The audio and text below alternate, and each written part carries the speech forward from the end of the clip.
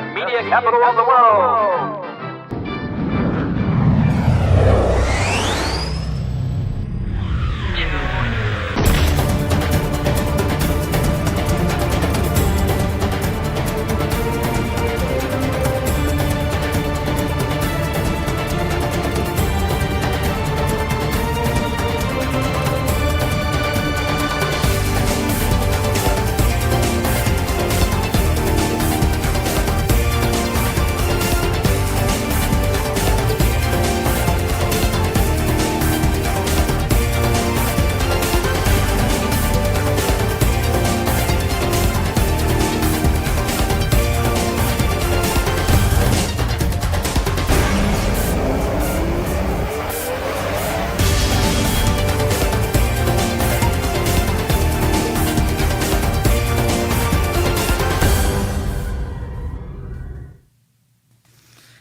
Good afternoon, and welcome to an online community meeting of the Burbank City Council and Los Angeles County 5th District Supervisor, Catherine Barger, on Thursday, December 10th, 2020. In order to balance the health risks associated with COVID-19 and the public's right to conduct the people's business in a transparent and open manner during the current state of emergency, and in the interest of public health and safety, council members and the supervisor will be participating in an online community meeting. The public will not be able to attend in person. In lieu of in-person attendance, the city is providing alternatives for viewing and participating in city council meetings. Madam Assistant City Clerk, would you please take the roll? Certainly, Mayor. Councilmember Gabeletti? Here. Councilmember Murphy? Here. Councilmember Talamantes? Present. Vice Mayor Frutos? What a great day to be here working on behalf of the people of Burbank. And Mayor Springer? Here. There will be one period of public comment on today's agenda items only. If you'd like to participate, please call now at 818-238-3335. Callers will be placed in a queue until we begin public comment. Today, Burbank City Council welcomes LA County 5th District Supervisor Catherine Barger. Welcome. To a community meeting to discuss topics of interest to the county and the city, such as homelessness, COVID-19, transportation infrastructure, and major developments. Ms. Barger, I'm joined today by my colleagues, Vice Mayor Bob Frutos, Council Members Talamantes, Gabeletti, and Murphy. We are pleased you could join us today. And this will be the last time with Councilmember Gabeletti and Councilmember Murphy, as we will have council reorganization on Monday, when Councilmembers-elect Constantine Anthony and Nicholas Schultz will be joining us on the City Council. We look forward to a robust discussion today of the City and County's partnership on important issues. Supervisor Barger, would you like to make an introductory comments and introduce the staff in attendance with you today? Thank you. First, I want to thank the City of Burbank for your partnership during this truly difficult time. What a difference a year makes in terms of how we were meeting last year. I know that we are all trying to do our best for our constituents and for our residents. Second, I really want to thank the council member, Emily Gabeletti, and Councilmember Timothy Murphy for your service to the city and to the community. You have both been incredible partners, and I look forward to working with you on the next chapter in whatever endeavors you all want to do. I hope to still receive your emails after I send my newsletters and announcements, and please always feel free to be honest. I take criticism well. I look forward to working with all the council members, but in particular the new ones, as we get to know each other and work toward rebuilding and reopening LA County, especially Burbank.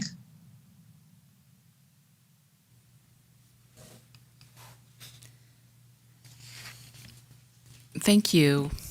Thank you. Oh, and I'm my staff. I apologize. Yes, that's and okay. actually, They are arguably why I'm sitting in this chair right now. Thank you. I've got Anna Maradian, my chief of staff. I've got Dave Perry, who's taking a gulp of water, my transportation deputy. I have Jared Degonia on, and who else is on here? I'm looking here. Jason, raise your hand. Both working out of my Chatsworth office. I have Anders Corey here. I have Anish, and I have Dana Vanderford here. Anders handles all the pandemic health, mental health. Anish handles my planning, and Dana is handling the homelessness issue. And I think that's everybody that's from my staff that's on here. Thank you. It's nice to see everybody. It's been a while. Now is the time for public comment on today's agenda items only. If you'd like to participate, please call in now at 818-238-3335. Remember to lower the volume on your TV or computer and take your phone off speaker when you deliver public comment. Comments are limited to 3 minutes. We ask for your patience as we finish up with one caller and move to the next.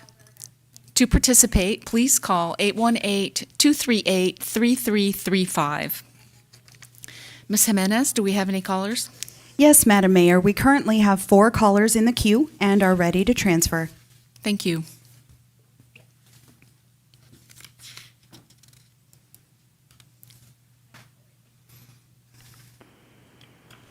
Our first caller is Jamie Keyser from the Burbank Chamber of Commerce. Ms. Keyser, you are live with Council and Supervisor Barger. Hello. I would like to address the Honorable Supervisor Barger. I am here on behalf of the Burbank restaurant community to formally oppose recently announced business restrictions and closures and to reopen restaurants for outdoor dining. As COVID-19 infections rates continue to rise, the unprecedented shelter-in-place restrictions imposed by Governor Newsom will continue to cripple many of our small businesses in Burbank. These new restrictions put an additional burden on our already vulnerable business landscape and come after expensive measures that many businesses have put in place precisely as a response to previous measures. Now that so many businesses have spent tens of thousands of dollars in compliance, the county and state have shut them down again. Burbank relies heavily on dining, retail, and tourism. Since March, our business community has followed and enforced safety guidelines and shifting governmental directives mandating that patrons maintain social distance, wear masks, and comply with other precautions like increased sanitation of public spaces, and have done their utmost to meet standards that are often confusing and conflicting. Because of our watchfulness, the rate of infection remains low in our city. Like many of our neighbors, the Burbank economy is in crisis due to the shutdown orders from the county, many of which have no scientific relevance or basis, as Los Angeles Superior Judge James C. Chalfant ruled this week. We are asking the state and county to remove restrictions on outdoor dining. Now, more than ever, Burbank needs a proactive approach from the county in support of our economy. Let us ensure that our businesses and community can survive this pandemic. The Burbank Chamber of Commerce urges you to act immediately as a display of leadership during this crisis. Thank you. Thank you. Next caller, please.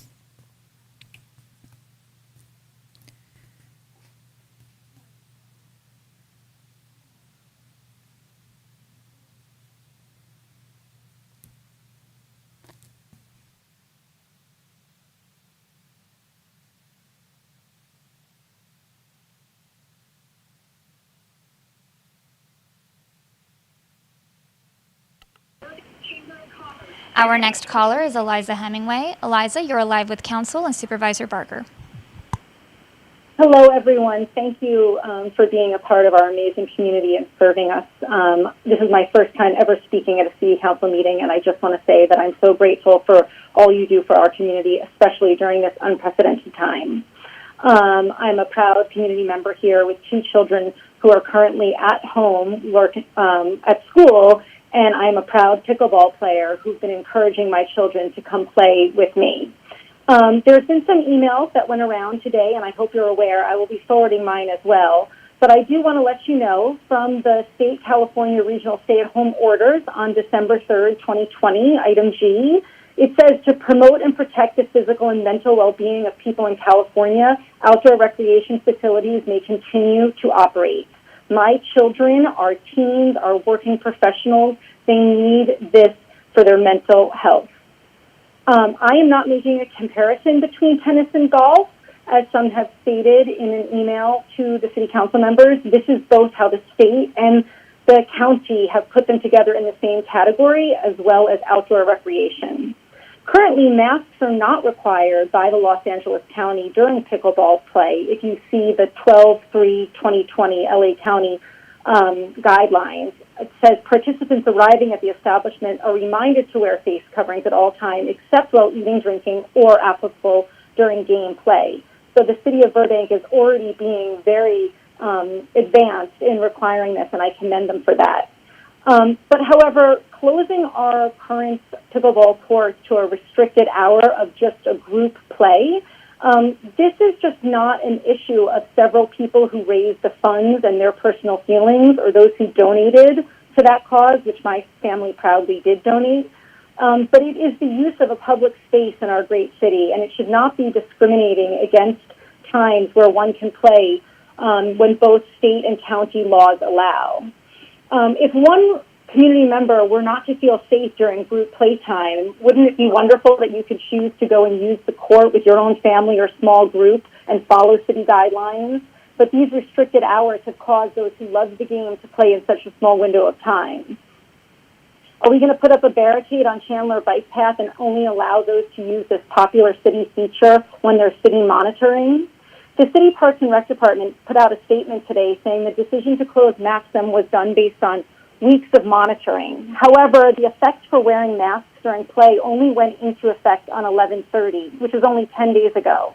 I would love for this monitoring to be provided to the city council and the community to show when these infractions were happening. Or was this passive monitoring? Because it says that people not following the rules would be asked to leave. The Maxim pickleball courts have owned and Thank you, operated Ms. by- Hemingway. Your time is up. Next caller, please.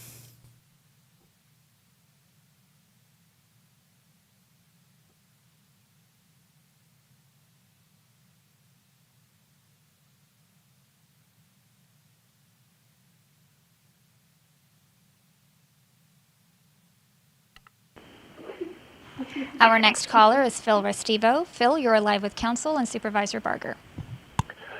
Hello, Supervisor Barker and Council. First, I want to thank you for your service to the great city of Burbank, California. As a former Special Ops United States Marine, I respect, resonate, and support wholeheartedly those who have made the decision to participate and engage in the often thankless duty of civic and government service.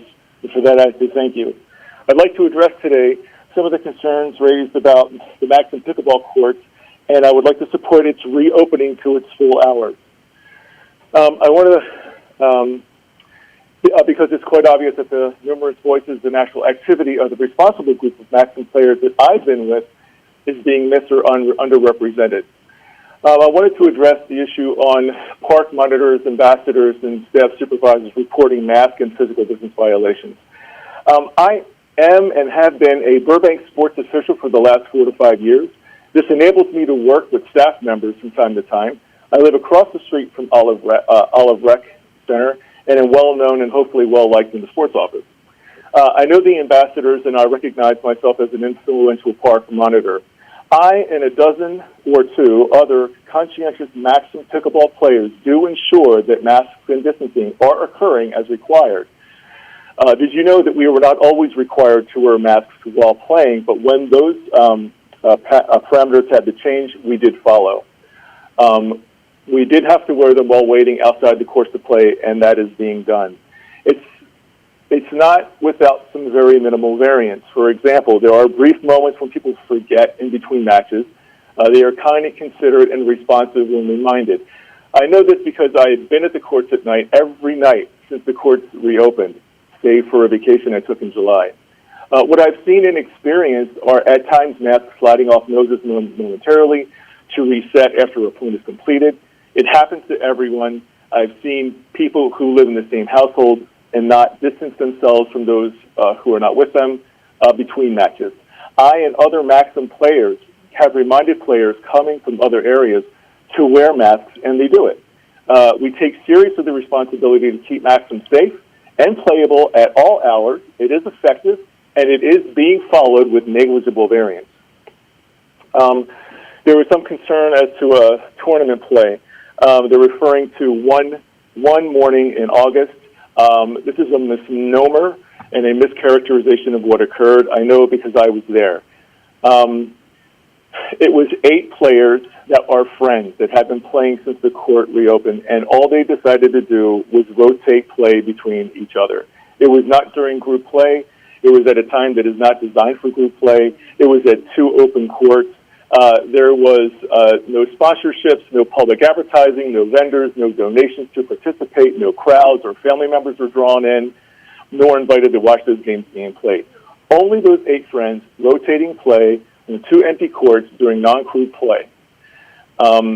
It happened similarly just on Wednesday with an ambassador president who saw and watched it. We did the exact same thing with about 4 to 6 people. It was done safely. Everyone wore their masks, and they safely distanced. We are keenly aware of and are in support of ensuring community safety. The reporting Thank you, Mr. Recibo. Your time is up. Next caller, please.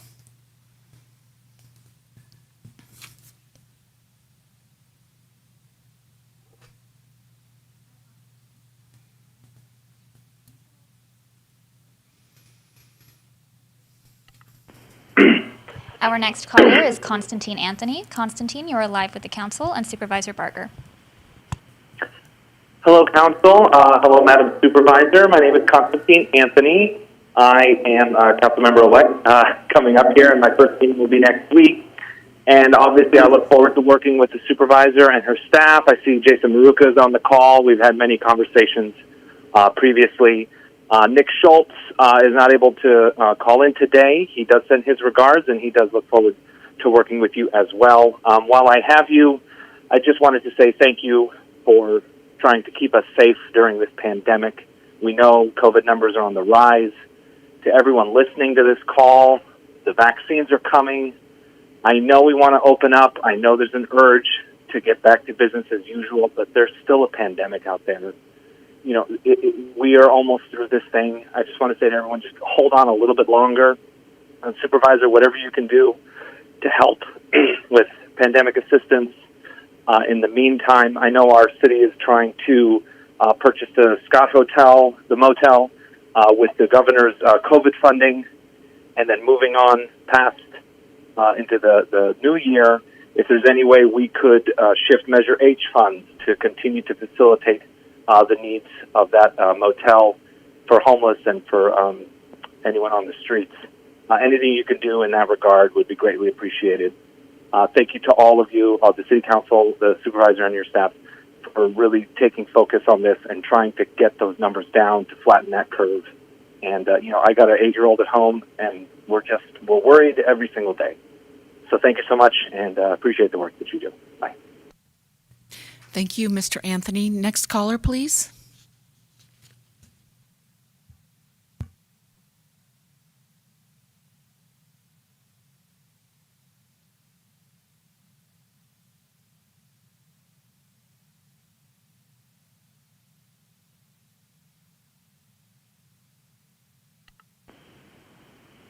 Our next caller is Jordan Abushawish.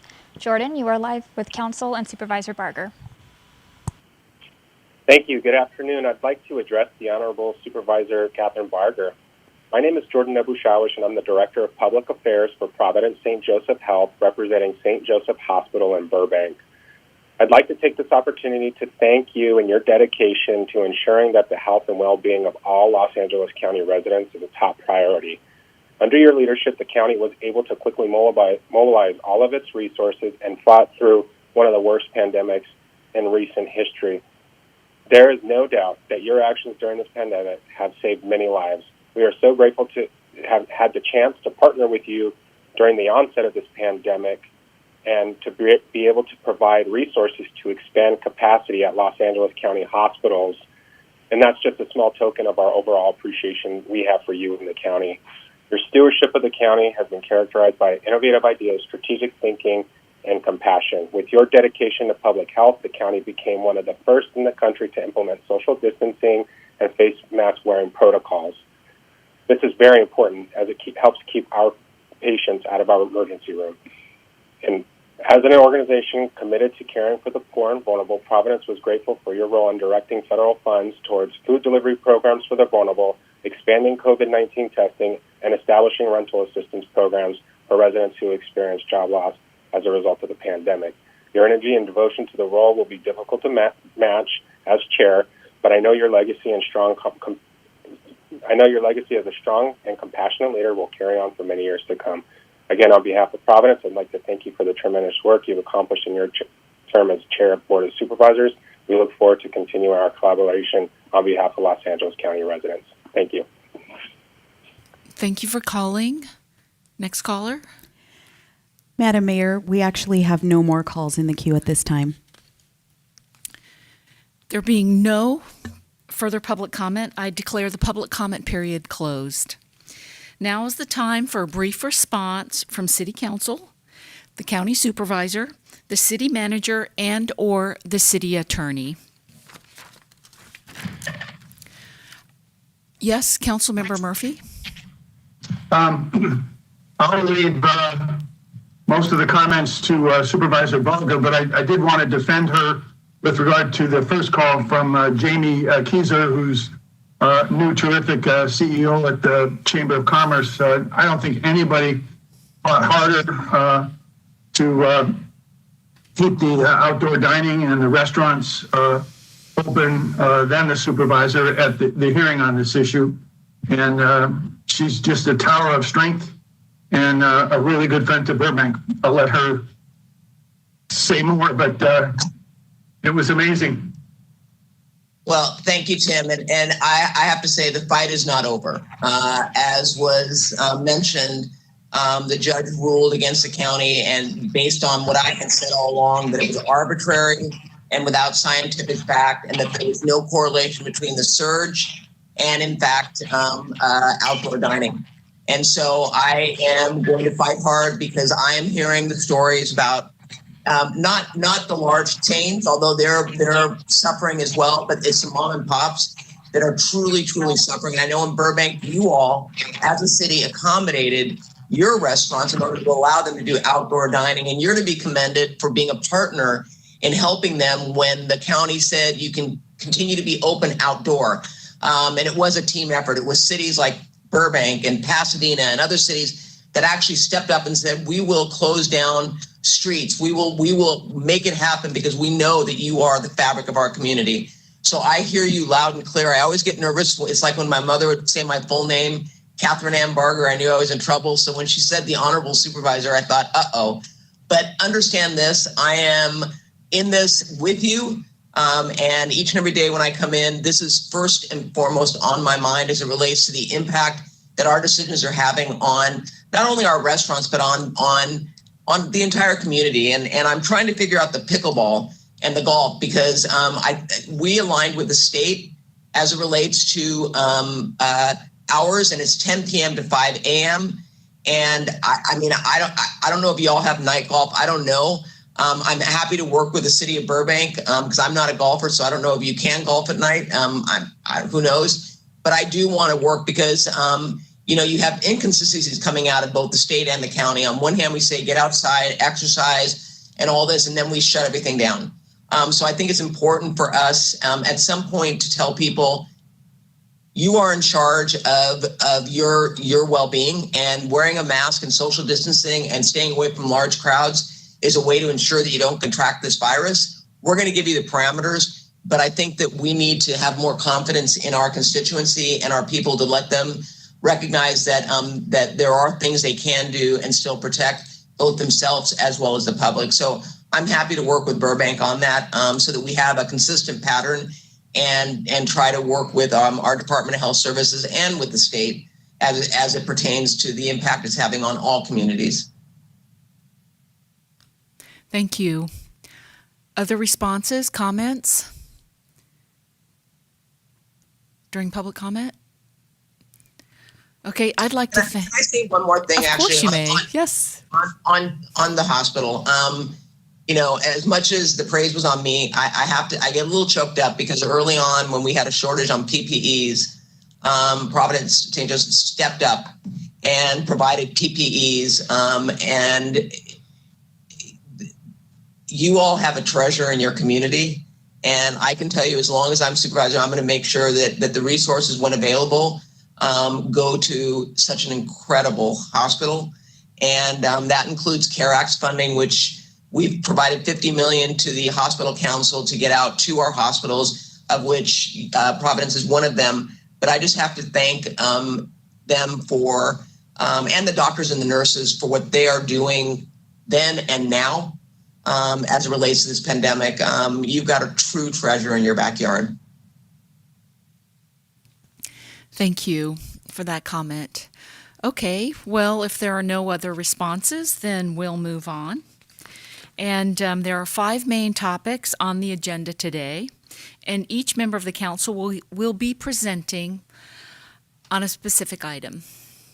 First, I'd like to provide Supervisor Barger with an update on Burbank's efforts to combat homelessness as a basis for our discussion of county programs and services to aid the city in implementing its homelessness plan. So, based on our 2020 point-in-time homeless count, Burbank has a homeless population of 291, which represents an increase of 9 people since 2019.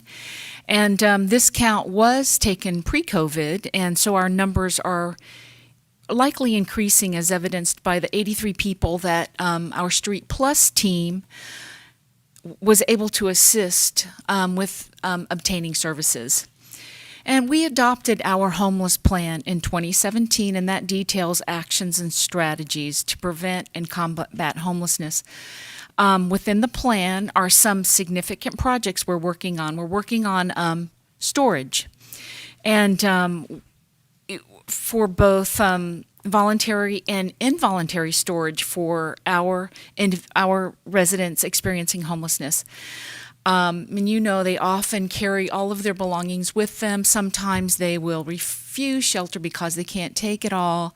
Their belongings are very important to them, and so they need to be safely kept. And so adequate storage facilities would assist with the enforcement of public health and safety laws, resolving obstruction of the public right-of-ways, and removal of unintended items in the public-private landscape along with abatements. We receive many complaints about belongings blocking the public right-of-way. And we've identified a location for a storage unit, but we need assistance to procure additional funding and or donations. We've received a Measure H grant in the amount of $150,481 for the development of storage facility, but we're short $150,000. And that money would help us provide the minimum improvements to get a storage center open.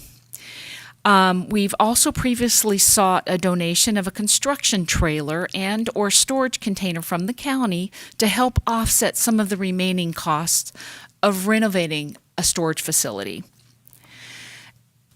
As these needs remain unmet, the city would appreciate county assistance in procuring the containers and trailer. And we hope, the City of Burbank hopes the county will allocate more funding towards these specific types of projects and create more grant opportunities for the city to fulfill the strategies listed in our homelessness plan. So can you please help us fund our storage center?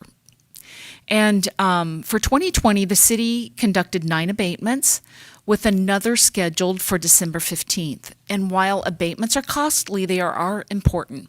We have a system in place of 10 and 3-day notifications and make multiple offers of service before and during the notification period. In some instances, an abatement may be conducted in the same area 2 or 3 times, such as on Front Street, where we just completed our 3rd cleanup. We're also working on a homeless transitional facility, and we're in negotiations to purchase the Scott Motel. However, one of the major hurdles was finding funding for a service provider and ongoing maintenance.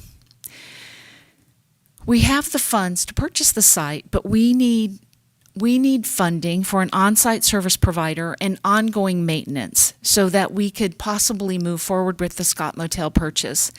And since April 1st, 2019, Street Plus has assisted 83 people in obtaining housing, food, clothing, and medical services.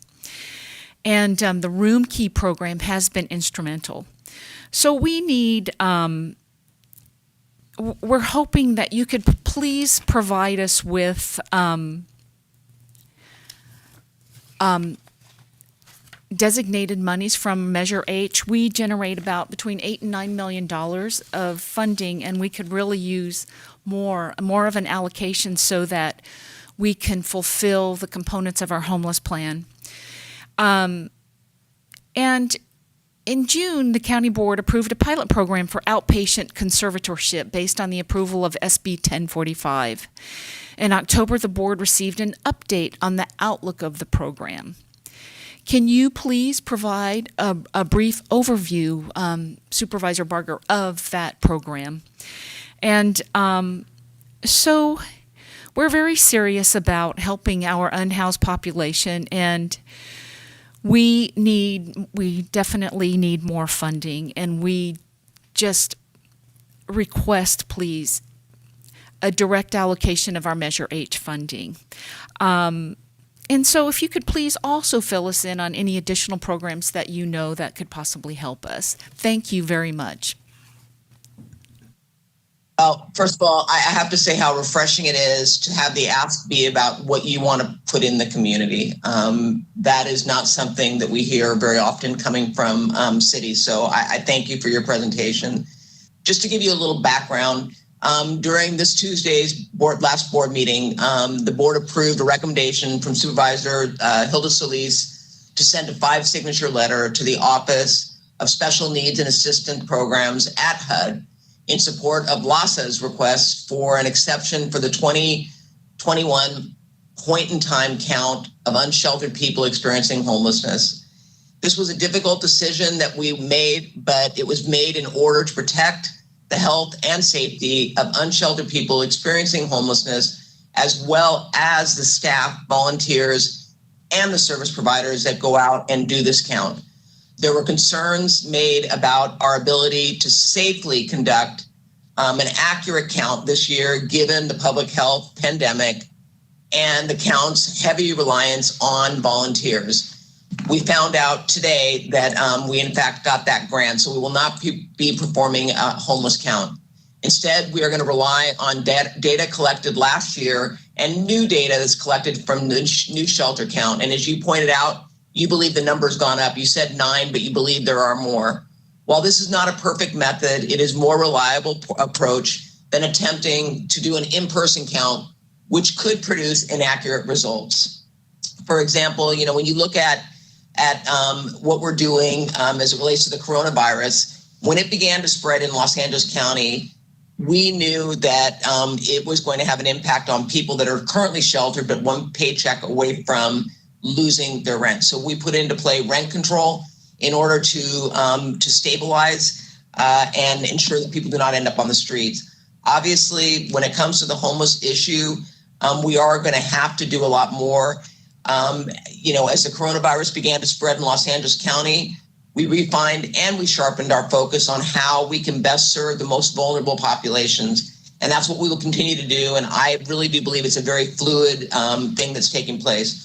Although there are tremendous needs that still remain, and you all are seeing them firsthand.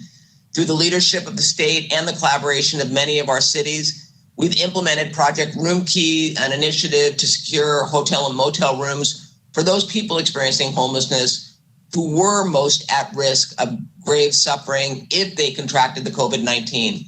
You all are benefiting from that, and I think that it's something that is now being looked at across the country.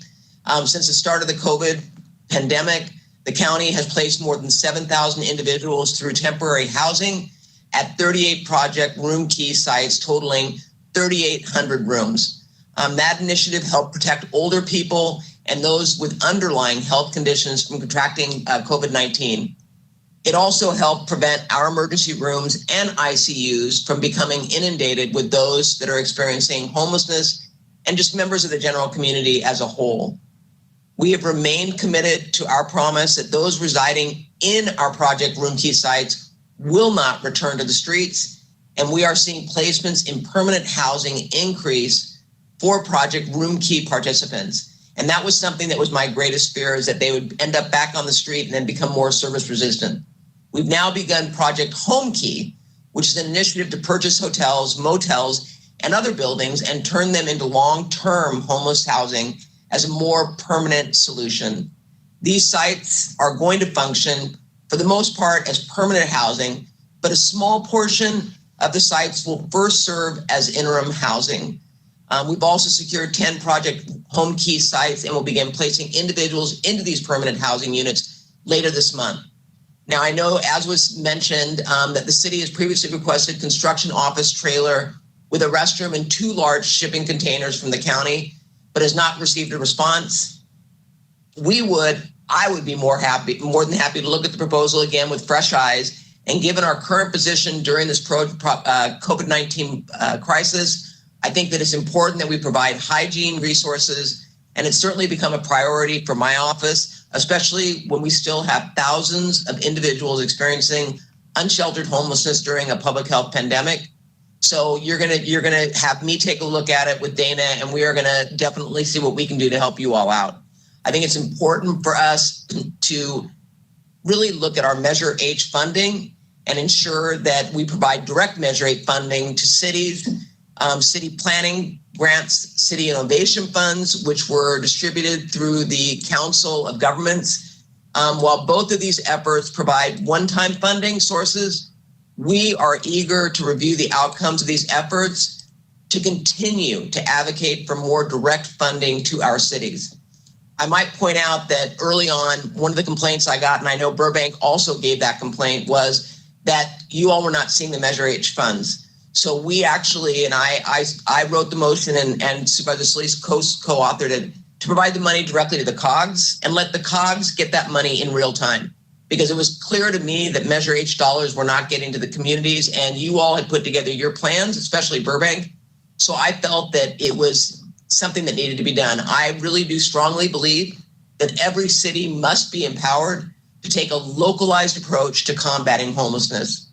We know that your local service provider and law enforcement, especially law enforcement, know your homeless population by name and likely know quite a bit about their specific needs. So I look forward to reviewing success stories from direct allocations provided the last 2 years and using that data to make informed policy decisions about direct funding, not only to Burbank, but to all my communities in the future. As it relates to the Scott Motel, first of all, again, I'm proud of the fact that you all are taking this leap of faith in moving this forward. I know it's being considered, I think, or has been approved by your council to purchase it. As it relates to needing a grant funding for a service provider, we are going to work with you because, again, I believe you reward good behavior, and not all cities have stepped up and said, we are willing to purchase and help and house. And what I tell people is that I would argue that putting this type of program in, you're going to create better neighbors in our homeless population than is currently on the streets. It is important, and I know that Scott is going to function as a permanent supportive housing, and the county will be working to identify project-based vouchers to support operations at this site. I again cannot tell you how proud I am to represent you. There may be other cities who pursued Project Roomkey sites independently from the county who may need additional operating support for their sites. And we would be happy to convene a follow-up meeting with your team here in Burbank to get a better picture of the need and how we can fill the potential gaps. So you have my commitment on that, and you can take it to the bank. Thank you very much for that response, and we will follow up with you on a future meeting because there is a lot to discuss, and you are correct. We know our homeless population by name, and each of their needs is different, and they need support around them. They need shelter and the support around them. So thank you very, very much. We look forward to a future meeting. Yeah, well, again, praise to Burbank. You all walk it, you talk it, and you definitely make a difference. Thank you. We try very hard. Staff does an amazing job. I've seen them in action. Now I'd like to invite Vice Mayor Frutos to present the next item. Madam Mayor? Yes. Before we leave this topic, could we just inquire of the supervisor about the conservatorship program? I know that she's been working really hard, both with some changes in Lanham and Petra Short Act, as well as the county conservatorships. And it's an exciting new program. If we could just take a minute. Sure. Thank you very much for that question, Councilmember Murphy. Thank you, Tim. Because obviously, mental health is near and dear to my heart, and I was so consumed with the homeless, but there is a correlation. Connie's here from the Department of Mental Health who can give an update as it relates to where we are on it, but you're absolutely right. This is an exciting time, and it's an opportunity for us to really make a difference. Connie? Sure. Good afternoon. Thank you, Supervisor Barker. In addition, Latina Jackson is on from our home team. And so I can give a brief update, and we can then answer any questions that you may have. So as was indicated, there was a motion several months ago for us to do a pilot between the home team and the Office of the Public Guardian. I'm Connie Draxler, Deputy Director for the Office of the Public Guardian. And this project and pilot is to work on outpatient conservatorships. So traditionally, conservatorships are initiated from acute hospitals, and we are now trying to initiate those conservatorships from the community and from the streets. As reported, we have had some success, initial success with our report back in October. I'm pleased to report we have had a few additional individuals conserved since our report back in October. We have several investigations currently open that we are working on, and have several other clients that are in the pipeline that may end up being referred for the program as we move forward. So this is an exciting time for us. We are breaking new grounds. These are very challenging conservatorships to initiate from the community.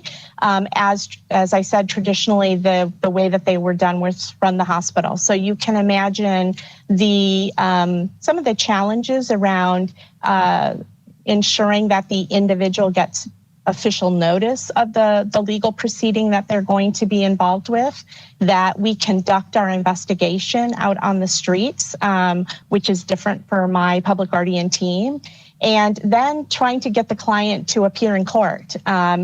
Fortunately, I think usually there's not a lot of good things to say around things coming out from COVID, but actually in terms of COVID, one of the positives is that the courts have initiated WebEx appearances. So we no longer have to transport individuals physically to the courtroom.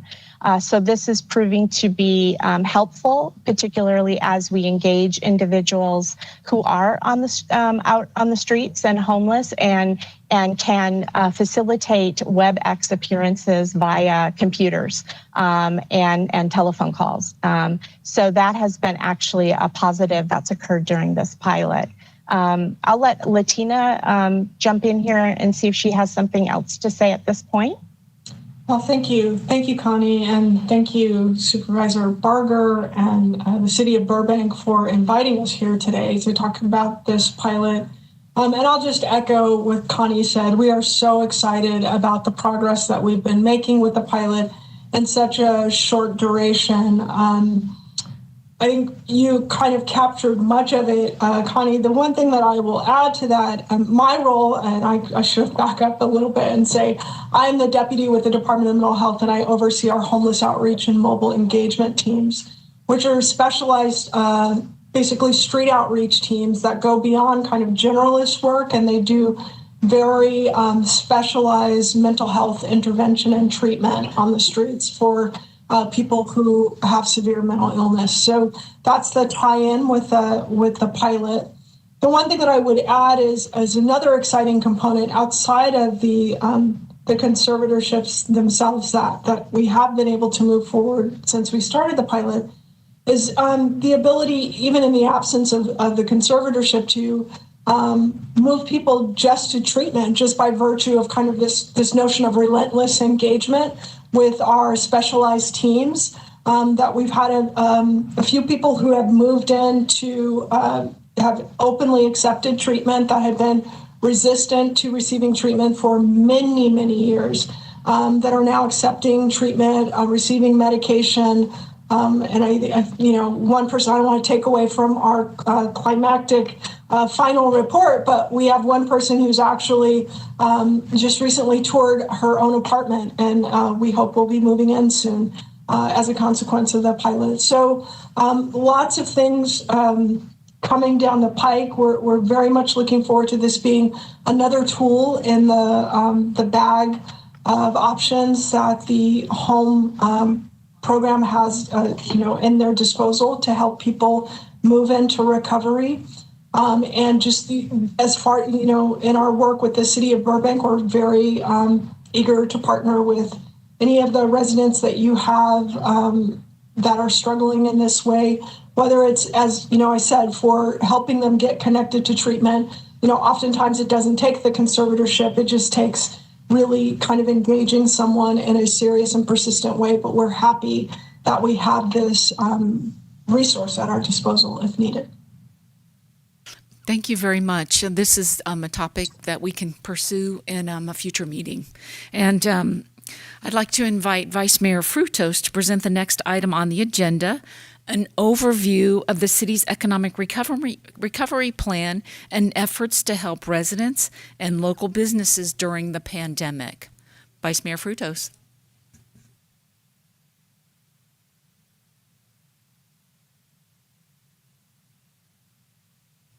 We can't hear you. Oh, can you hear me now? Can you hear me now? Yes. I'd like to thank you, Madam Mayor. And before I begin the local impacts of the pandemic, Supervisor, I have to give you a sincere thank you. And most important, thank your Chief of Staff, Jason Maruca. Through your leadership, you address a lot of important quality of life issues in my neighborhood, because my neighbors are really upset at the homeless camp that was growing and growing right behind the Best Buy along the railroad right-of-way train tracks, and all the trash that was accumulating. And when I had a conversation with Jason, and he kind of explained your commitment and how you were doing basically a homeless camp abatement, working with providers for mental health, cleanup. You coordinated with the Metrolink LA County Sheriff's Department, Burbank Police Department, Union Pacific Railroad, from Chatsworth to Burbank, but you started in Burbank first. And if I didn't mention this, my neighbors that are watching this meeting right now would definitely have words of wisdom if I failed to acknowledge your commitment to your constituents in the city of Burbank for their quality of life issue. So thank you, and thank you to Chief of Staff Jason Maruca for paying attention and listening to my emails on behalf of the residents in that neighborhood, which is right there off Van Noen and Buena Vista. Thank you for your commitment, Supervisor. Now, on the other side, I want to give you a good update of what we, 5 members of council, with our city manager and our department heads have been working on in dealing with the pandemic. Obviously, there has been a lot of negative social and economic effects throughout all cities and local jurisdictions, and have remained on the front lines for the council here in Burbank and our response to the needs of our community. And thank you for your vote regarding the closing of restaurants. Thank you, thank you, thank you. Through our safer at home orders, and despite the economic impacts of what's happening with COVID-19, the city of Burbank has continued to provide the important essential service to its community. We're really working hard through these issues. Now, according to a survey of 900 cities that was conducted by the National League of Cities, approximately 70% indicated their financial health has been negatively impacted by COVID-19. 90% of the municipalities surveyed have seen their revenue dollars decline by 76% as reported, and also an increase in the expenditures, which includes purchasing personal protective equipment for our frontline first responders, police and fire, and other measures that we need for our other city employees due to this pandemic. Now, we in the city of Burbank have seen declines in our sales taxes, our service charges, and our transit occupancy tax, our TOT, and our transit parking tax because people aren't flying out of Burbank. And our revenue has also taken deep steps. And we have done implementing a hiring freeze across the board in the city for all non-critical positions. And we, the council, are also using one-time funds to avoid any across-the-board city cuts in this fiscal year. While the federal government has passed the Aid Relief and Economic Security CARES Act earlier this year, we, the city of Burbank, continue to advocate and ask for direct and flexible funding to the cities. We need help, including those like us with the population size smaller than 500,000 as Congress deliberates for another stimulus package. But it's really important that small cities less than 500,000 be included in that. Now, what is Burbank's recovery plan? Thank you for asking. In May, we, the city council, approved an economic recovery plan. Amongst other things, most important was to help our residents and our businesses access information about the recovery efforts and, most important, funding, and to promote our Burbank business and tourism, because that's our meat and potatoes, and really assist our most vulnerable community members with financial support through the use of eviction orders, county, state, and federal grants, and partnerships with our service organizations, which have stepped up tremendously to help out. Now, here are some ways that we, the city of Burbank, have helped our residents and businesses weather the storm of this COVID-19. The eviction moratorium, as applied under state and county orders, the city of Burbank instituted several eviction moratoriums for residents and commercial tenants who were financially impacted by the COVID-19, and most important, to ensure the housing security for the most vulnerable residents of our community. Regarding our parking and utility shutoffs, we took an action with that.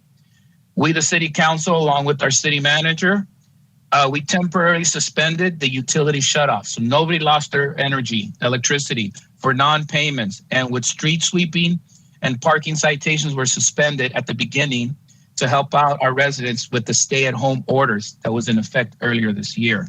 So we've been very proactive to help out. Now, with our small businesses, we did an assistance and rent assistance program.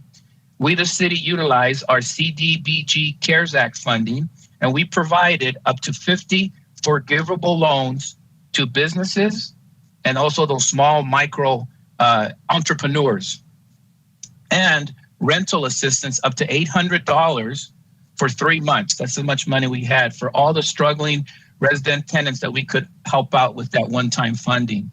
Now, a second round of forgivable loans for businesses was proposed by us in the city council in January. Now, what we did in downtown Burbank was that we closed down San Fernando Boulevard in our downtown Burbank to really help out the businesses there, the restaurants. An emergency order was issued back on July the 17th, 2020 by the city manager to close the traffic on Magnolia Boulevard to Angelino Avenue, which allowed the expansion of outdoor dining on the sidewalks and our parking stalls. And then we had 6 outdoor dining areas were also installed back in July 2020 throughout the downtown Burbank. And I tell you what, people really, really liked it. So when you voted no, it spoke volumes of your leadership and really looking out after the people that really appreciate you and your interest in your public office position. Thank you, ma'am, on that one. Now, regarding our outdoor fitnesses and our business operations, we, the city, facilitated, and we're using our ball fields for outdoor physical fitness by permit only, so we can, not get overcrowded and still follow the safe distancing, and allow the use of private parking lots for restaurants, fitness uses, hair salons, and barbershops to outdoor activities. And it's really interesting. People actually really like eating outside. That's so positive. Now, our economic development team has what we call Burbank Tech Talks, and it provides free webinars to the small businesses which focuses the Small Business Administration's economic disaster loans and Paycheck Protection Program and the CARES Act, e-commerce resilience, and about 708 attendees attended this Tech Talk. And what was really good, the last one they just had, was really providing them the data to support their business plan of what consumers are doing now, which is obviously more internet, less frequency coming in and out, credit cards, but it was enough important information for the attendees to know that the Burbank's economic development team is in the trenches with them. You have a seat at the table, and we're, as council, are developing better policies to make sure that the current council is very committed. Whatever we can do with our resources, the 5 of us are right there with partnership through our economic development team. And we had the COVID-19 job loss bill and credit program. Burbank's Water and Power, since we have our own utility, we used the new short-term $2 million that we got from our public benefits fund to provide the residential COVID-19 assistance program for electric customers that are experiencing unemployment. And we just had a presentation at our last council meeting, but we are so committed, as you can see through our actions, to be a partner with you, and most important, work for the benefit of our people to help them through this. And we as a city will continue to work hard on ongoing communication with our business community and our residents to continuously evaluate the magnitude of the impacts of this to our community. Then we have a very successful story, Supervisor, Project Hope. Prior to the pandemic, the city was doing meals for home delivered for seniors at 3 locations: our Joslyn Adult Center, our Tuttle Senior Citizen Center, and our McCambridge Recreation Center. But due to the stay-at-home orders, the guidance regarding social distancing, coupled with the high risk of our older age group, we, the city, were forced to pivot from our elderly nutrition program and to rely heavily on home-delivered meals now. And they'll get enough meals for like 3 days at a time, so we practice safety even with our own city employees. And we also have our Rotary Club, our Kiwanis Club, and other service clubs that have volunteered through the city to help us deliver the food. So nobody's going to go hungry in Burbank. With our Park and Recs department, we've been able to partner with our Burbank bus to help us deliver meals. So we're thinking outside the box, Supervisor. We're making things happen here. The city's Project Hope program, which pairs senior citizens with community volunteers. They assist with running errands, going to the grocery, shopping, but most important, providing the companionship. So they're not alone and stay at home. And that's so important, especially when we talk about mental health that you and I are both extremely committed to. This is a good example of what we are doing in Burbank. And we also expanded it to include our disabled adults, and has been heavily promoted during this pandemic. So we're getting more people on board. Our church community is stepping up with their volunteers to make sure that this companionship, nobody's going to be left alone in Burbank. And right now at its peak, we're assisting 100 senior citizens on a weekly basis. Now, since the onset of the pandemic, our city's elderly nutrition program, which we call ENP, has received grant fundings from the county. Thank you so much, ma'am. Thank you. To be able to continue to provide and meet the demands for free home delivery. So thank you for that vote. And most recently, we, the city, received $246,000 in grant funding for our senior meal program to facilitate and provide the thousands of meals per week to our most vulnerable community members. Now, with all that said, the sponge is full of stuff that I just gave you. Here's the question. As Congress deliberates for a second stimulus package, how do you see yourself and your colleagues on the county intend to use the money? We want to know, what are your thoughts for supporting small businesses assistance, residential assistance, and for us at the city, we can sure use any love for our continued services as we're committed to help the residents. Those are the tough questions, ma'am, and I'm waiting for your response. Well, first of all, Vice Mayor Frutos, thank you for kind of outlining what's going on. There's no question that small businesses have been negatively impacted, especially as we've moved with the health orders moving forward. CARES Act dollars early on, we identified funds that were to be used for small businesses. And I've been taking notes. And one of the things I'm going to pull is I want to see of the money that was allocated for small businesses to receive grants. I want to look and see what percentage of Burbank businesses applied and then what percentage received. I want to take a look at those numbers because the whole issue was around equity. And equity is not just in terms of demographics, it's in terms of districts as well. And I want to make sure there was an equitable distribution of that. So I'm going to follow up with that. As you know, we have to expend all our money, all our CARES Act dollars by December 31st. We've done an incredible job. And when I was on the losing end of the restaurant vote, which again, I still get very angry to even talk about because to me it was arbitrary and punitive toward the businesses that have bent over backwards to comply with the public health orders. And when I asked my colleagues to simply postpone 2 weeks, meet with the industry to get their input on things that they may do that may help. For example, cutting off serving liquor by 10 o'clock or whatever, but they weren't even given that opportunity. So having said that, when I lost, we set aside $10 million for restaurants to apply for up to $30,000 in grants. Not to my surprise, when that went live for applications, the site crashed because at midnight, so many restaurants were applying for this grant that are, and this was a reputable company that we were using, couldn't keep up with it. So we're now back up. And I'm going to be tracking how that money is distributed because I want to, again, make sure it's equitable and that it is going to those, especially the mom and pops. I don't want to pick up the paper and read that, a huge conglomerate received bailout when I know that there are mom and pops that truly are trying to figure out how they're going to pay their rent and trying to keep their employees whole so that their employees are not falling into the first category talked about, and that is homelessness. So I'm cognizant of that. Leading to your question about where do I stand on the future CARES Act dollars, I'm all about bottom-up approach. I'm all about local control of funding, and as it was with the Measure H, as it will be with the CARES Act. I think one of the complications is in the formula and how the federal government allocates that funding.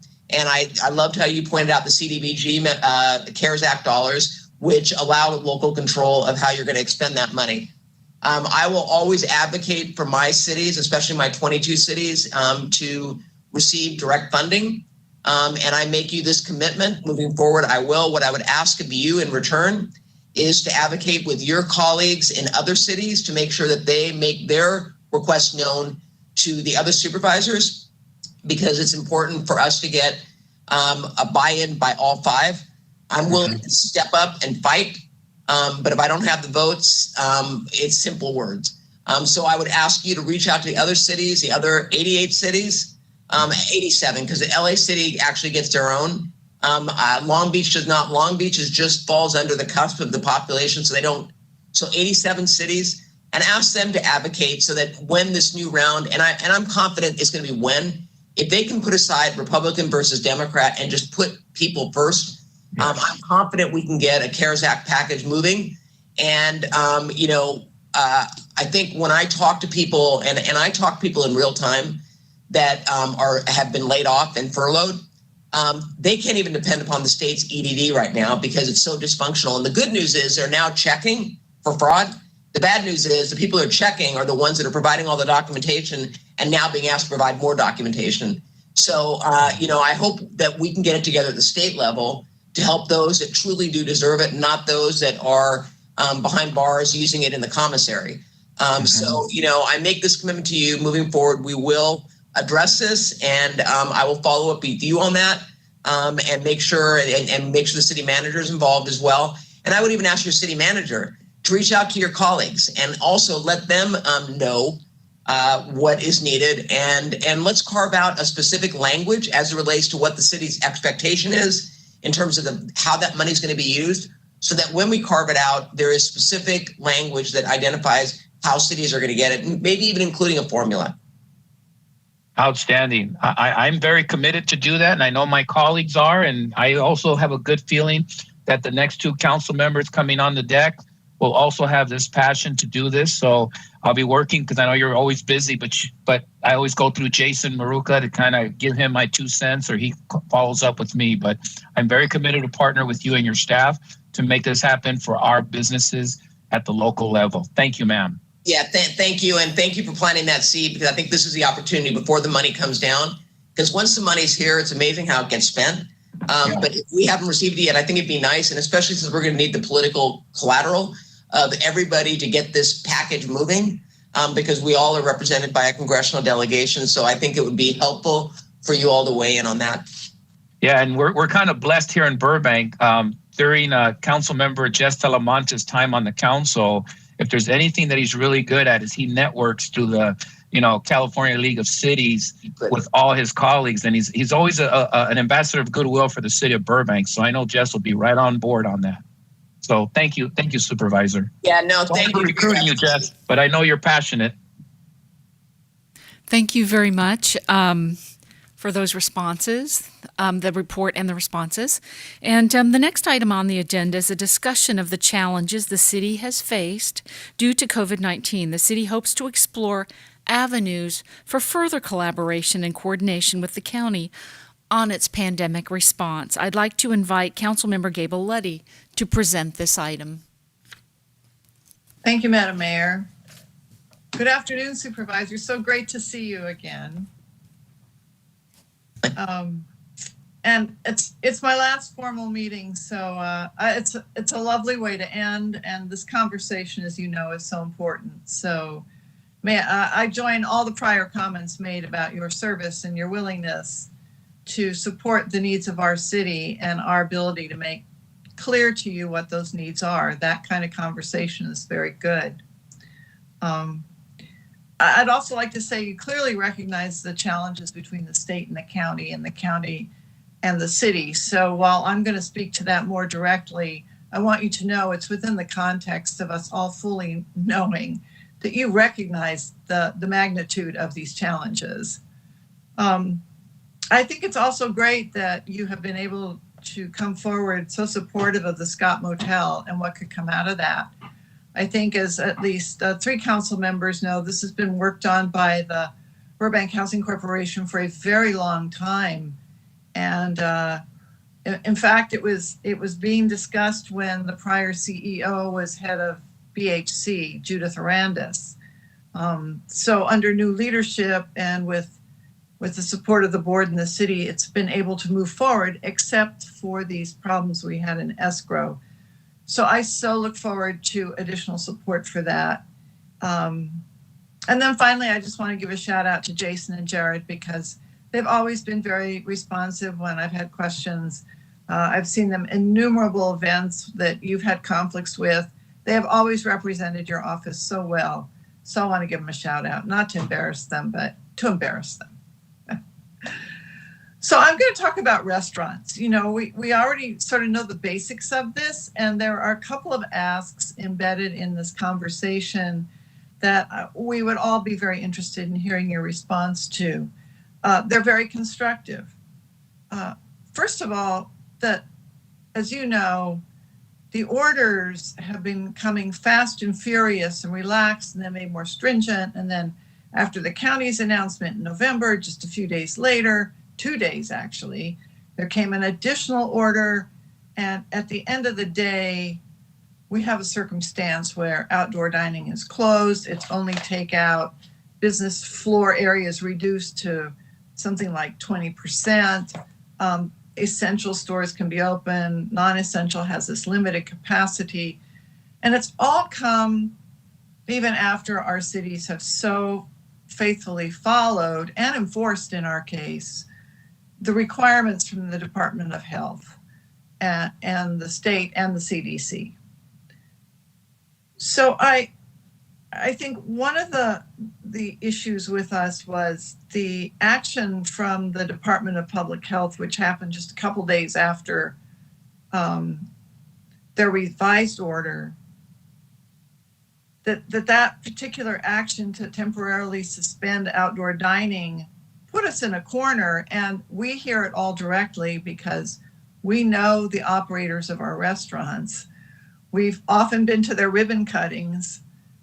We know them through our family and friends, and they're already facing a reduced circumstance.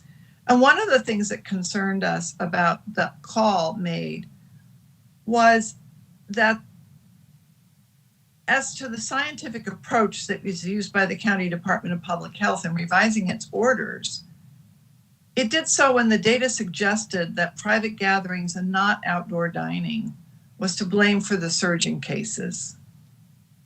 So it's our observation on kind of a mismatch between what occurred and what the science would say about what occurred. Now, we know you're subject to the county is subject to the orders from the state.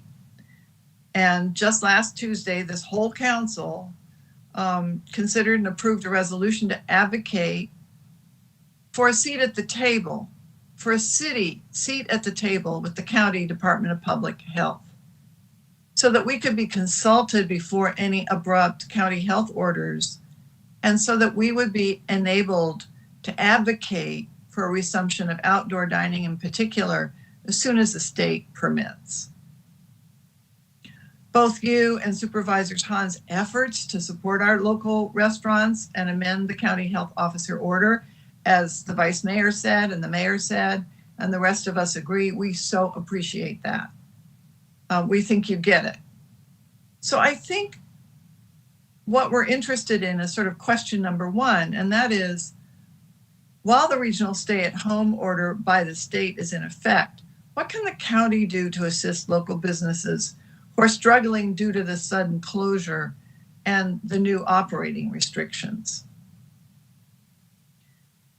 Now, you can answer, or I can go on a little bit more if you wish. Well, no, I'm writing them down because my short-term memory and my long-term memory are both weak. But on that, as I mentioned, we set aside $10 million of CARES Act dollars, and for grants up to $30,000, which the goal was $10,000 per week to get them through this this shutdown. But to your point about having a seat at the table, if this were not a virtual meeting, I would hug you because that is what I've been saying all along. But let me just make it clear in defense of public health.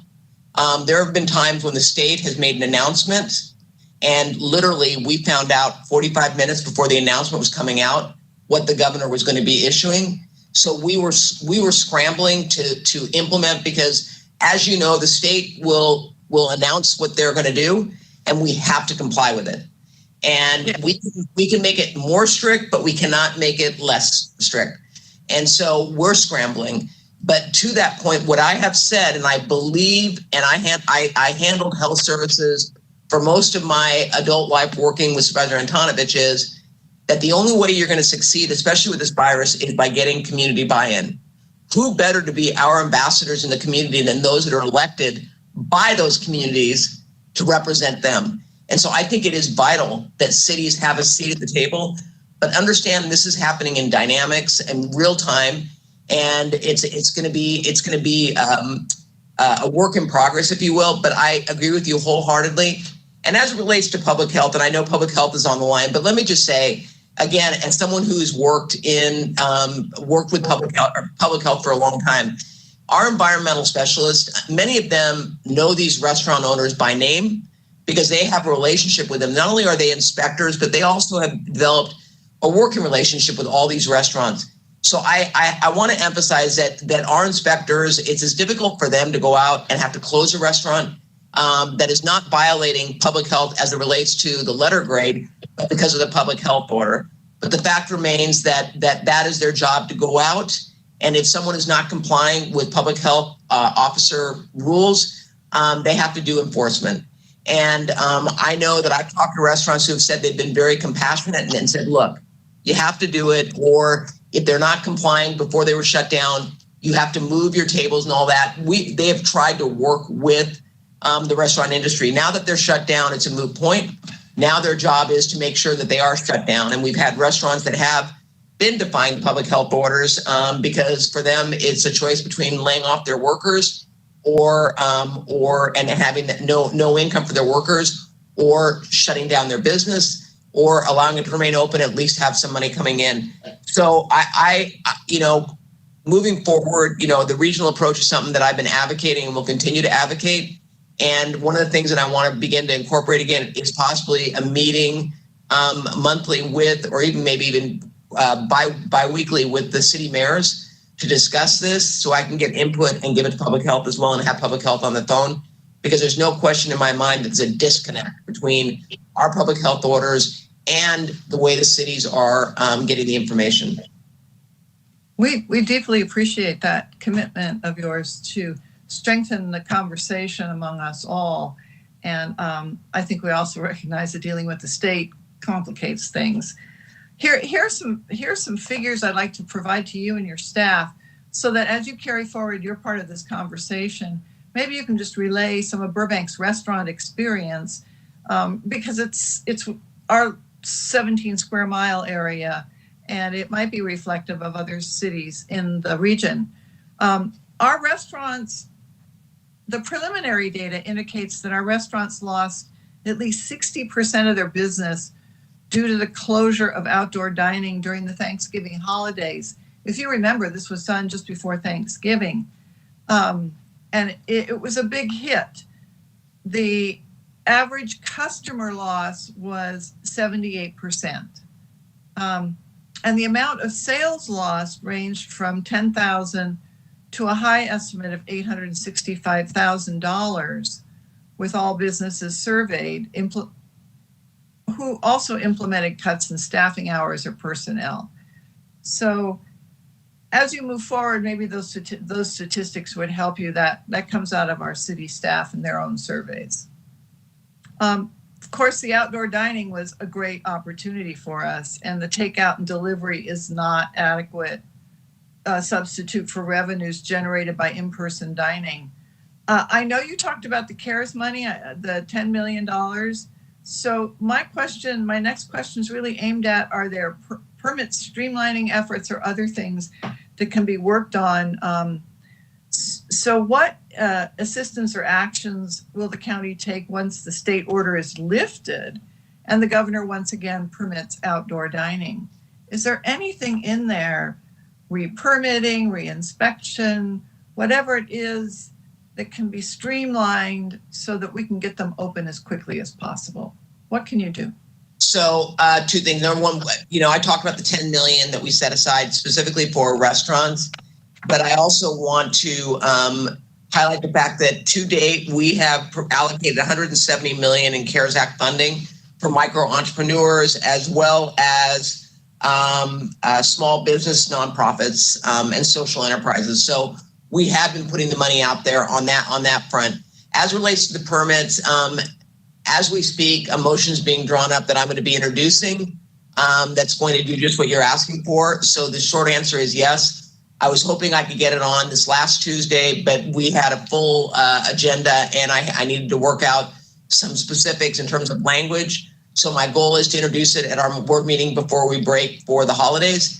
And so if great minds think alike, then I'm amongst good company. So that is something we're looking at. Yes, absolutely. That's grand news. Thank you so much. And I just want to say, I actually had the honor of going and Mr. Cusimano and the group sponsored an In-N-Out burgers for all our public safety. And they were nice enough to invite me because obviously they know I never forget to or never miss a good meal. But I tend to get places early, so I got to Burbank early. And I had an opportunity to go, and I love bookstores, so I went to your Barnes and Noble there and shopped in Barnes and Noble, and then I took time to walk around, and so I saw firsthand what you all have done with your restaurants, and really the investment that was made, and actually saw people experiencing the ability to eat outside. So I am very much well aware of what Burbank has done and how the community embraced it. So don't think that I, didn't see firsthand. And then I was able to go and enjoy an incredible meal with your incredible police department, and if Michael's on, thank you. He is an incredible woods. He does a great thing anyway, and so I appreciate everything that y'all are doing. Well, you are entirely welcome. And you answered my last question first, or just a couple moments ago, and that was your plans for continuing collaboration with cities in order to perfect and more finely tuned pandemic response. So thank you so much, Supervisor Barger. I will see you. I know that for sure. I hope so. I hope so. I mean, I really appreciate everything you have done. And I hope that we can continue the relationship, because while you may not be on the city council, you're still a member of the community. And I know that all your colleagues feel that way as well. Thank you very much. Thank you, Madam Mayor. Thank you, Councilmember Gabel-Luddy, for your report, and Supervisor Barger for your responses. I'd like to invite Councilmember Talamantes to present the next item regarding the city's unmet infrastructure needs and concerns with Metro's BRT project. Welcome to Burbank, Madam Supervisor. Thank you, Mayor. Well, first of all, before I get started, I want to congratulate you on your reelection. Congratulations. I'm looking forward to working at least with you for the next 2 years, maybe even longer. We'll see how that happens. I also want to express some thank yous to your staff, especially 3 members that I deal with pretty frequent. David Perry, I deal with him at the San Fernando Valley Service Council and LOSIN. He's a great partner. There's a lot of information that I get from him, and we work together. We're very well. As I feel we get work together well. Jared Jagonia, we work in the San Fernando Valley COG. So there's another. We work great. We've known each other for many years. So thank you for that. And Jason Maruca, he's everywhere in Burbank. So thank you for that as well. They're great. They're great representatives, and they represent you very, very well. So, I'm going to touch on 3 topics of concern with our staff. The first one is connecting Burbank jobs to reliable transit. That's more or less a comment. Number 2 is Metro's bus rapid transit. That's going to be a concern. And number 3 is Caltrans Interstate 5 North Empire Interchange Project. And I know you're very familiar with that because you and Senator Portantino have hosted several meetings with Caltrans, Metro staff. You brought us together to discuss any shortcomings, and you've been very good about that. So I want to thank you on that part. So connecting Burbank jobs to reliable transit. The city seeks to provide Burbank residents and those who work in Burbank with transportation alternatives that promote job accessibility. You and your staff have been instrumental in helping the city to secure $107 million in intra-city rail capital program grant funds for double track improvements on the Antelope Valley line, which will significantly transform rail segments between Sylmar, Burbank, and Union Station. What I would describe as a major accomplishment will have a definite impact on the effort to provide safer, more reliable, and more frequent service of Metrolink's third busiest line. Yes, third busiest line, and also a convenient, eco-friendly option for commuters traveling between Antelope Valley and downtown LA, and points in between, including Burbank. Additionally, the increased capacity will enhance service at the downtown Burbank Metrolink station, which currently has in excess of, I was told by staff to say 750 million, but I'd rather say 750,000. I'd rather say 750,000 commuters passing through annually, and links the region's population to the city's business and tourist destinations. As a result of the partnership, the region is closer to gaining improvements along a corridor used by millions of people annually and offering traffic congestion relief on State Route 14 and the I-5. So now, as far as the Metro's BRT, Bus Rapid Transit, at the December 8th Council here last week, we considered a response letter to the draft environmental impact report for the BRT project. And while the city supports the project, we do have the following concerns with its implementation.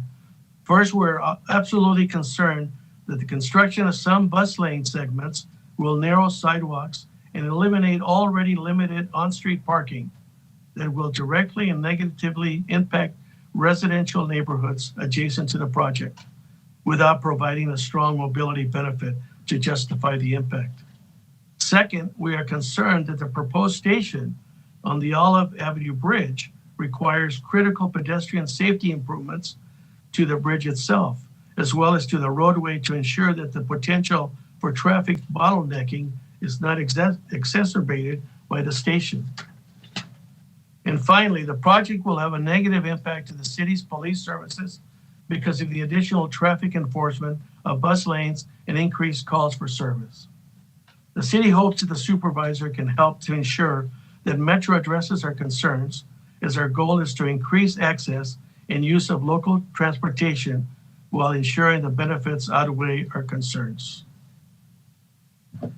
And the third item is the Caltrans Interstate 5 Empire Interchange project, which is currently under construction. I believe it's like 95% complete, and still includes several incomplete project elements that have caused impacts to infrastructure within the city of Burbank. Some of these issues include trash, weeds, debris, damage to our local streets, lack of landscaping along the railroad right-of-way. The supervisor and Senator Portantino have been very helpful in working with Caltrans to relay the city's concerns and to address immediate concerns related to the project schedule. However, there are still larger infrastructure needs that remain unmet, particularly because the project is experiencing a funding shortfall. We've all dealt with that, haven't we? As far as I know, city staff is currently coordinating with your office, as well as the senator's office, along with Caltrans, to schedule another meeting with Burbank's Transportation Subcommittee to further discuss these important yet unmet needs. The subcommittee consists of the Mayor Springer, and myself as the two members of council. Now, how can the supervisor further assist the city in addressing these important unmet needs in her role as a Metro board member? That's the question. But in conclusion, before we get to that, I would like to thank you, Supervisor, for your support on my appointment to the LoSAN board. And I would ask for your support on encouraging LoSAN for an Amtrak stop at the downtown Burbank station. Thank you very much, Madam Supervisor. Thank you. First of all, let me just start with the comments regarding the Antelope Valley line improvements. That has been a priority for me, and I want to thank the council and the city staff for all the support that you've shown for the Antelope Valley line improvements. This line, as you know, has been one of my highest transportation priorities in the district, and it's amazing to see the level of support from the North County through the San Fernando Valley. You talked about the numbers. Those people are being taken off the freeway, and they are choosing to ride the AV line. I'm happy to say that despite reductions to the Metro budget, the EIR has been moving ahead. So that's the good news, and the projects are on schedule, unlike what's taking place on the I-5, but I'll get to that in a minute. There, as it relates to the NoHo, I know the station, Olive Bridge, and then the police service and all, Dave Perry's on, and I think that that's for a longer discussion in terms of how we solve that. This has been a high priority for both Director Najarian as well as myself as it relates to that connectivity. And the devil is always in the details, and that's what you're feeling right now. I'm open to discussing that with you and seeing how we can resolve some of those issues, because I am sensitive to the fact that if the cities don't buy into it and it creates more of a problem than it does a solution, it's going to fail. So I think it's important for us to have that dialogue. And Dave, I want to thank Dave Perry as well. I've got incredible staff. And Dave has been working closely on this, and he's someone who actually uses public transportation. So he knows firsthand about all the connectivity issues as it relates to these lines. So let's follow up on that, Jess, as it relates to how we move forward. Now, the I-5. Let me just upfront say that Anthony Portantino and I have talked, and we are in the midst of setting up a meeting. And if Anthony asks who I work for, I know I work for Anthony, and I'm okay with that. But Anthony and I have talked, and I know just that we, as a result of your outreach, we all met, and we brought Caltrans in late last year and have talked even early this year. I feel that those roundtables were important for everyone, to get a grasp on the many issues surrounding this project. And we are preparing to set up another one in the upcoming weeks. So just be patient. Okay.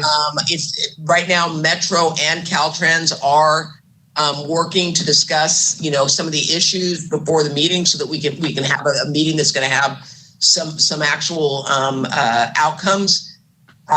This project, I think, is, let me look at my notes, is $75 million, I believe, over budget. And as we learned in the meetings that we had in Burbank, much of that was issues as it relates to some of the plans that were drawn up. That's not your problem. That is Metro and Caltrans. So let us work through that. I know you all have a punch list, and I believe, I'm looking at the city manager now. Do you know what percentage of your punch list was completed?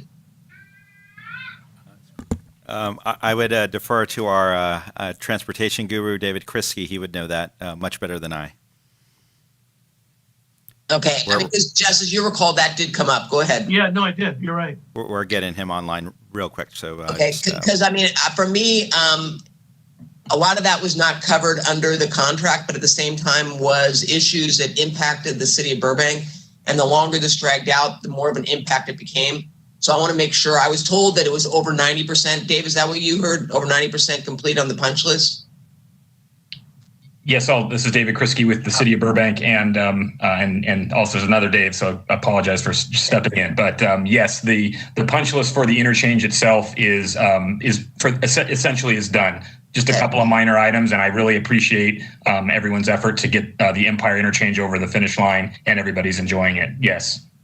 Okay, thank you. Because that for me was a priority. And also, we talk about how terrible this pandemic has been, but I have to say that I think this bridge project, I was dreading it as well. You're right. I think we all were. And the silver lining on this dark cloud was that we were able to have less of a disruption to the residents of Burbank. And so, I'm grateful for that, because honest to goodness, just after I left that last meeting, and we talked about the impact that this bridge was going to have and how dependent people were on that bridge, I actually I didn't quite lose sleep, because I sleep a lot. When I go to sleep, I sleep out. But I was very nervous about the impact it was going to have. And so once we get this meeting going, and I know Abdullah's on, but I think we're good, Abdullah, in terms of status, because there's really not a lot to tell you other than Metro and Caltrans are aggressively working toward addressing some of the issues as it relates to the $75 million over budget. And that's what happens with budgets, right? When you start projects, obviously you've got a lot of money at the beginning, so let's do this. Then as you're getting towards the end, guess what? We're running out of money. Well, but on this one, just I will say, and to Metro's credit, this is way over budget, and the amount that was budgeted for this, they always put in a contingency, and they've exceeded that. And so I think we need to really iron this out, especially the state. And actually, I talked to Senator Portantino yesterday about it as well. So I mean, we are in constant contact, Okay. and so we've got to flush some things out. I appreciate that. And obviously you've expressed that concern as well through our meetings, and the fact that, things are a lot of overrides, right? There was a lot of monies when the change orders came about. But anyway, we appreciate what you're doing on our behalf as well. Well, I drive that freeway because, as you know, I represent Santa Clarita and the North Valley, so I have to go through there. So I am their worst nightmare because I drive it, see it. Yeah, excellent. How about the LOSEN request as far as getting Amtrak to stop at downtown station? Right now they stop at the airport. So where would the downtown station obviously, you're an appointee on that, and if you want me to write a letter of support, I have no problem doing that. It would be extremely helpful. Yes. Yeah, Dave, we'll work with you. Is that in place of the airport, or is that in addition to? No, we're looking at it in addition to. In the past, when staff had requested that additional stop, they've said, well, the stops are too close. Well, that's what I was going to say. How many miles away is that stop? I don't know miles wide. Well, I'll take a look at it. I'll drive it. Okay. I'll drive it. That's no problem. But now I've spoken to the new executive director of LOSEN, Donna DiMartino, and she says she wants to put it on her list for this coming year. Yeah. So you know me, Jess. I mean, I want to do what's right, and if it makes sense, I think we should do it. I'll get a better handle once I'm one of these people who has to visually see something. So let me take a look at it, and we'll work together. Excellent. Thank you very much. Thank I you. appreciate it. Thank you, the other Dave, for the city of Burbank. There you go, David Krisky. Well, happy holidays to you and the family. Take care. Thank you. You too. Thank you, Madam Mayor. Thank you, Councilmember Talamantes, for your report, and thank you, Supervisor Barger, for your responses and insight. Last but not least, Councilmember Murphy, will you please provide the supervisor with an update on Burbank's major development projects? Thank you, Madam Mayor. Good afternoon, Supervisor. It's great to have you here. We all appreciate everything you do. From the past meetings, I know that you're incredibly intelligent, incredibly well prepared. You have a staff that responds to tremendous detail. I want you just to relax. Don't take any notes. Just sit back and take a journey with me while we talk about housing and developments in the city. I have provided for your safety this pink safety helmet. And, oh, geez, I'm not going to be able to get it to you. So I guess we'll just have to skip that. First of all, the City Council has adopted a housing production goal of 12,000 units to be developed over the next 15 years.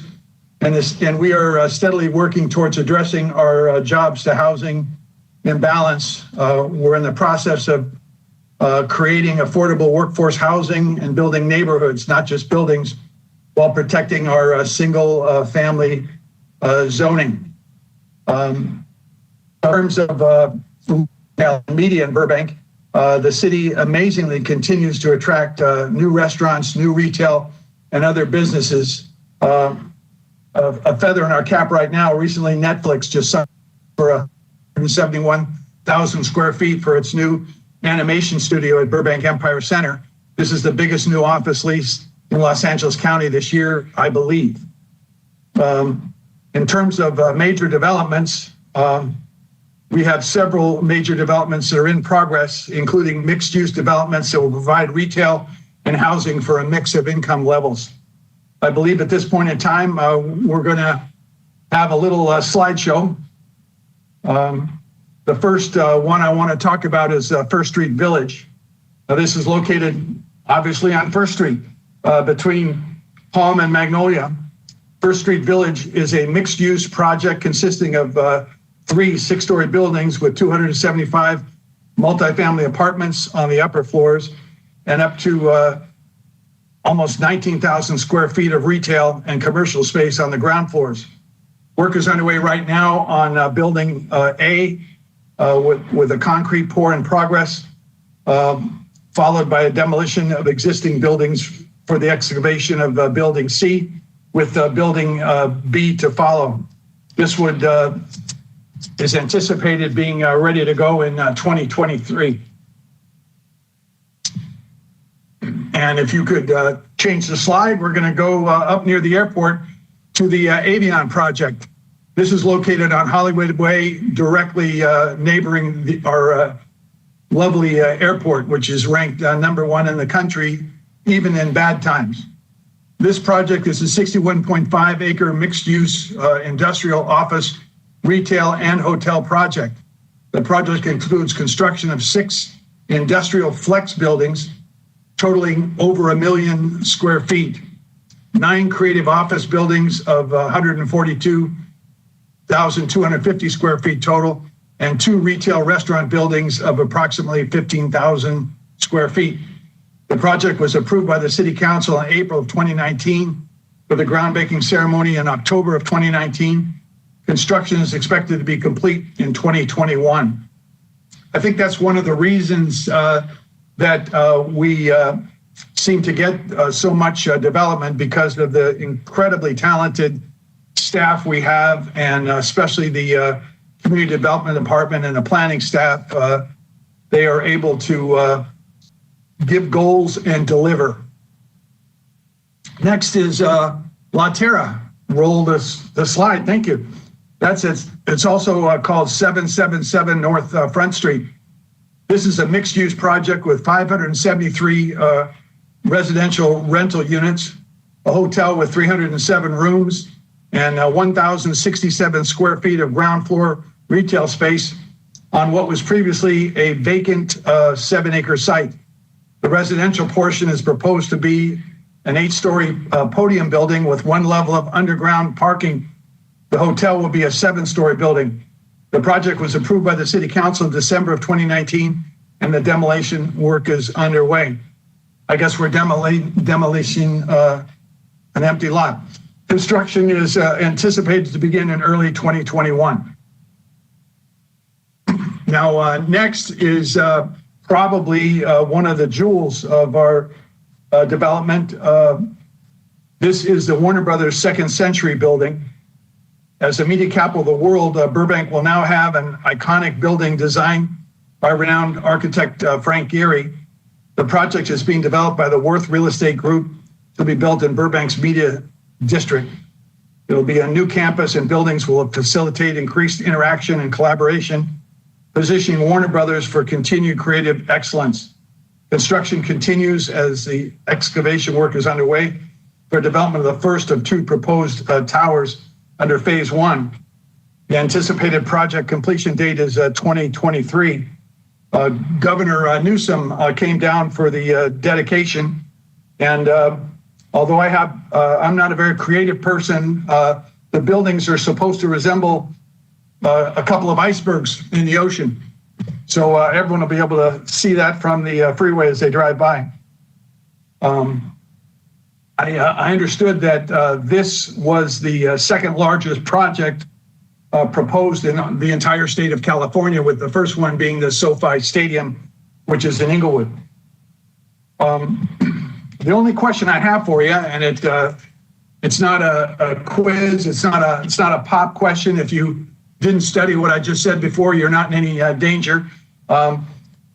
There was a bill proposed by our Senator Anthony Portantino, SB 1299, which could have a lot of impact on a lot of your cities, and that would enable local governments to receive from HCD the average of the annual amount of sales tax revenue generated by the site for the last 7 years that could be converted and occupied as new housing. And the only question I have for you is, do you know if the county has any such plans for similar programs that would aid cities in repurposing retail sites that may be left vacant due to the pandemic?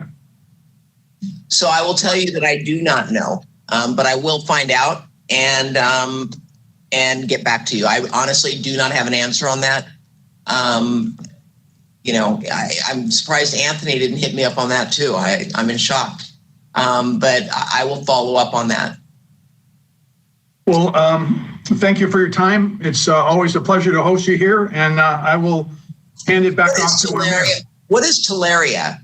Is there a housing? Tularia is a Cusimano project. It's a mixed-use project. It's many apartments, and it's built on top of retail, which is I'm drawing a blank. It's a really fantastic market, Whole Foods market. Well, no, because Jason and Jared both said they wanted raises in order to move into Burbank, into the Tularia. So I was trying to figure out what that was. The answer is no. I mean, you can move in there, but no raise. Well, they should definitely take a tour.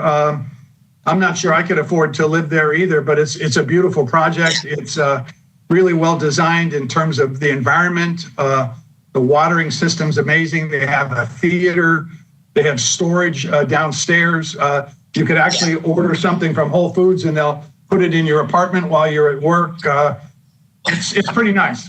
Well, I'll give them a raise if they'll invite me to dinner. How's that? So, but all kidding aside, that Whole Foods is the busiest Whole Foods, I think, in the United States, is what I'm told. Yes. So anyway, but those are incredible projects. I look forward to seeing them being built. And Tim, I want to thank you. You are not only an incredible public servant, but you're an incredible friend. And I have really valued the working relationship that we have had, especially when I was working for Mike Antonovich and then when I became a supervisor. So thank you for your service, and I look forward to working with you. Thank you for your friendship. You've been a friend to Burbank, for sure. You're an inspiration to us all. Thank you. Great. Thank you, Councilmember Murphy, for your report and presentation on all of our new developments. And thank you, Catherine Barger, for response and great interest in Burbank. And we've included, Supervisor Barger, we've included an additional item on the agenda in case you'd like to discuss anything that we might have missed, or if my colleagues have anything else to add. Well, I'd like to bring up one thing. I don't know if your police chief is still on. But if he is, I just want to give a public shout out to public safety. I was at an event last night and had the pleasure and honor of talking to a lot of police officers who are feeling truly the weight of the world as it relates to what's going on right now. And so I want to publicly thank the police chief and your entire police department for the job they do each and every day during this pandemic.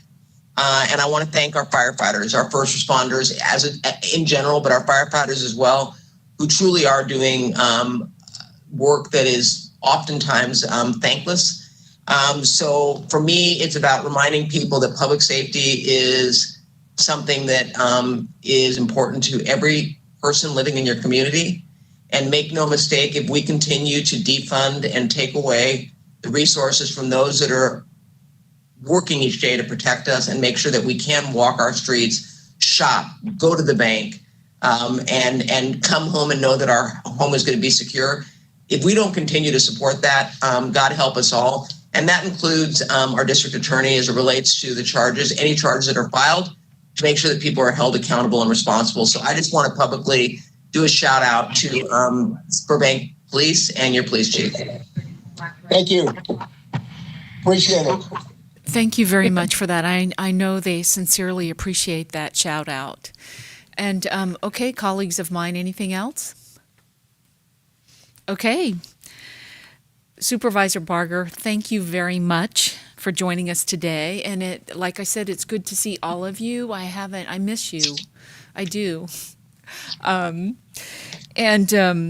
thank you for your efforts to help our residents and local businesses, as well as the city, achieve its goals for the community. Would my colleagues like to make any closing remarks? Come back real soon.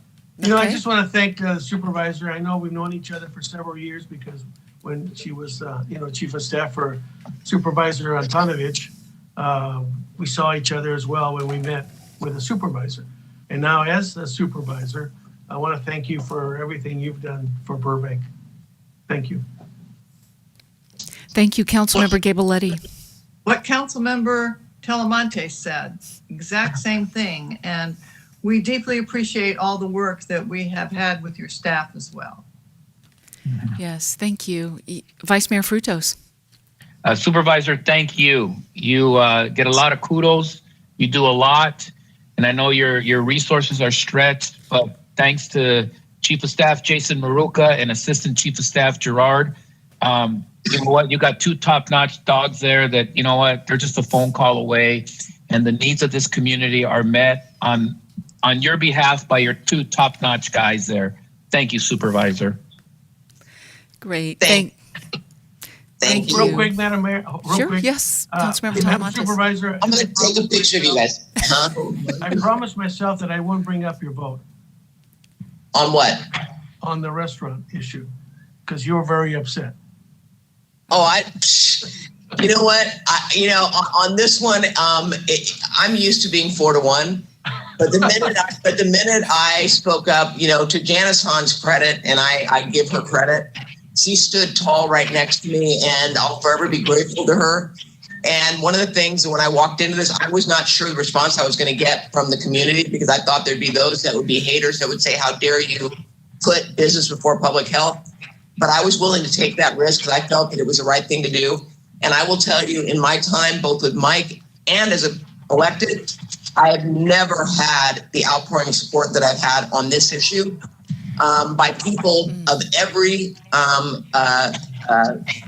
background and every party. So this is not a Republican or Democrat. This is about the communities and about doing what's right. So I only get angry because I hear the horror stories of the people that are suffering, but I'm not angry enough to get mad at you for bringing it up. Keep bringing it up. Okay, all right, great. Thank you. Yes, Vice Mayor Frutos. And one last thing, Supervisor, a mutual friend of ours, Lynette Romero. Yeah, I love her. Told me to say hello to you. And, she opened a restaurant in our city. Oh, I didn't know that.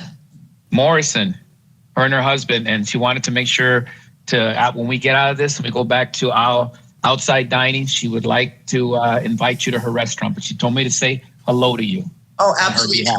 Now I want you all to smile and say cheese. Cheese, Jason Maruka, Chief of Staff. There you go. Okay. Thank you. Right. Thank you very much again for coming, and thank you very much for your confidence in us and your support of us, of Burbank, our city. And we will reach out to you about a meeting on homelessness, okay? And do you have any additional closing comments? No, I think with my last comment about the law enforcement and the DA, I think I'll drop the mic. Okay. Great. Thank you very much. Thank you. It is so good to see all of you. Thank you. Take care. You too. I know, I love that. Okay. Okay. We now adjourn. It's a politician. Thank you. Okay, we now adjourn to Monday, December 14th, 2020 at 10 a.m. for a special City Council reorganization meeting. The public may view the meeting online or on television and will be able to provide public comment in the following 3 ways. By leaving an e-comment on the city webpage, burbankca.gov/e-comments. By emailing the City Council at citycouncil@burbankca.gov, or by calling in at 818-238-3335. Thank you, and have a wonderful afternoon.